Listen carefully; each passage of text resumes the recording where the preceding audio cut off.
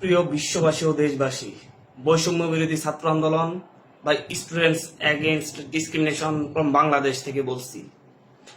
আমরা বাংলাদেশের সরকার শেখ হাসিনাকে বলেছিলাম যে আপনি প্রায় আমাদের শত শত ছাত্র জনতাকে নির্বিচারে হত্যা করেছেন, আপনি পদত্যাগ করুন, শান্তিপূর্ণভাবে ছাত্র জনতার কাছে ক্ষমতা হস্তান্তর করুন।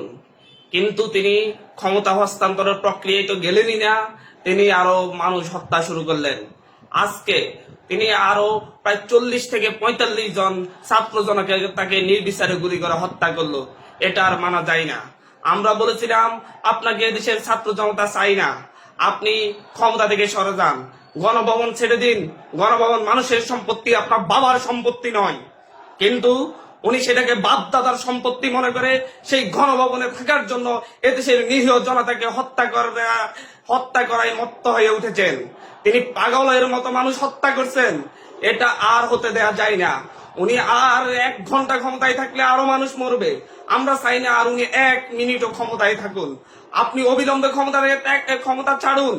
আমরা বাংলাদেশের ছাত্র জনতাকে, বাংলাদেশের সকল মানুষকে, প্রতিটি ঘর থেকে প্রত্যেকটা মানুষকে আহ্বান করছি, ঢাকার উদ্দেশ্যে এক্ষুনি রওনা করুন। ঢাকার উদ্দেশ্যে রওনা করুন। আমরা গণভবন দখল করে নিব যদি উনি গণভবন না ছাড়েন। আমরা বাংলাদেশের সংসদ ভবন দখল করে নিব যদি উনি সংসদ ভবন না ছাড়েন। এই খুনি ফ্যাসিস্টকে আর ক্ষমতায় থাকতে দেওয়া যায় না। উনি যতদিন ক্ষমতায় থাকবেন ততদিন লাশ পড়বে। নিয়মিতই লাশ ফেলতেছেন, নিয়মিতই আমাদের ছাত্র জনতাদেরকে হত্যা করতেছেন।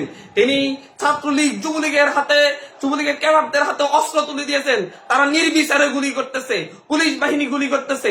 আমরা পুলিশ বাহিনী, আইন শৃঙ্খলা বাহিনীকে বলতেছি আপনাদেরকে আমরা সাধারণ ক্ষমা ঘোষণা করব। আপনারা এখন নির্বিকার হন, আপনারা আর লাশ ফেলবেন না। এখন যদি আপনারা গুলি করা বন্ধ করেন, আপনাদের কারো কোনো ক্ষতি হবে না, কারো চাকরি যাবে না। আপনাদেরকে আমরা ঘোষণা করছি, আশ্বস্ত করছি। আমরা শেখ হাসিনাকে বলবো অবিলম্বে গণভবন ছেড়ে দিন, ক্ষমতা ছেড়ে দিন, শান্তিপূর্ণভাবে ক্ষমতা হস্তান্তর করুন। না হয় আগামীকালকে এদেশের ছাত্র জনতা গণভবন থেকে আপনাকে টেনে হিসড়ে বের করবে। এটা আমাদের দাবি। জীবনের বিনিময়ে হলো এদেশের ছাত্র জনতা আপনাকে ওখান থেকে বের করে আনবে।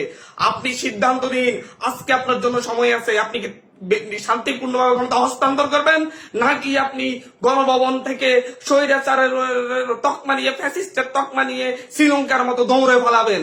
এটা আপনার জন্য সময় বেঁধে দিলাম। আজকে রাতের মধ্যে আপনাকে করুন। বাংলাদেশের প্রতিটি জায়গা থেকে, প্রতিটি আনাচে কানাচে থেকে ছাত্র জনতা প্রত্যেককে তার তার অবস্থান থেকে ঢাকার উদ্দেশ্যে রওনা করার জন্য আহ্বান করলাম। প্রত্যেকে তার জায়গা থেকে এক্ষুনি ঢাকার উদ্দেশ্যে রওনা করুন। ঢাকার রাজপথ প্রকম্পিত করুন। ঢাকায় কোটি কোটি মানুষের সমাগম হবে, কেউ বাসায় থাকবেন না। আমরা বাংলাদেশের মা ভাই বোনদেরকে বলবো, প্রতিটি পরিবার থেকে কমপক্ষে 1 জন মানুষ যেন ঢাকায় আসে। প্রতিটি পরিবার থেকে কমপক্ষে 1 জন মানুষ যেন ঢাকায় আসে। তারা যেন এই বিপ্লবের সাক্ষী হয়। বাংলাদেশের মানুষের প্রতি আহ্বান, এই খুনি ফ্যাসিস্টের বিরুদ্ধে আপনারা ঐক্যবদ্ধভাবে যে লড়াই করেছেন, সেই লড়াইকে কালকে পূর্ণতা দেওয়ার জন্য ঢাকার উদ্দেশ্যে আসুন।